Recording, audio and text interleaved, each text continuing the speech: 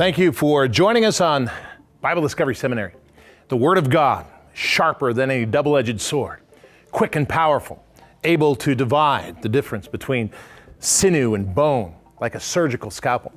Also, the ability to fight against Satan. The problem is many people use the sword of the Spirit on each other. That's not cool.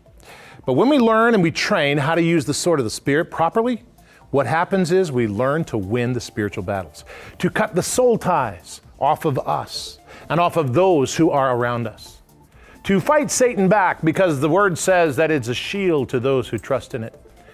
And this series on spiritual warfare continues. This is disc 2.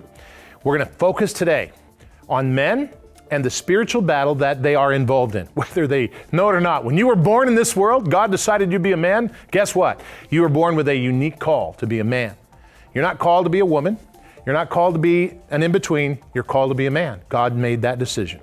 So as men, what do we face? And no matter what this culture does to us, how do we deal with it?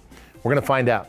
The next series we're going to talk about on this disc is spiritual warfare behind enemy lines. We're going to look at Daniel chapter 5.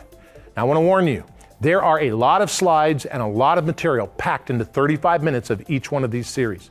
So what we've done is we put the PDF file on this disc so that you can download it or watch it on your smart TV set or actually download it on your computer and print it out so you can study. Now, if you're enrolled in Bible Discovery Seminary with us, there'll be tests on each one of these sessions to make sure you know and understand the principles. There's also some extra reading from the Bible that we've put together in the class online as you're enrolled.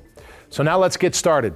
You have two options here. One is called Behind Enemy Lines and the other is called Spiritual Warfare for Men. So choose which one you want to watch and learn about the sword of the Spirit, the Bible.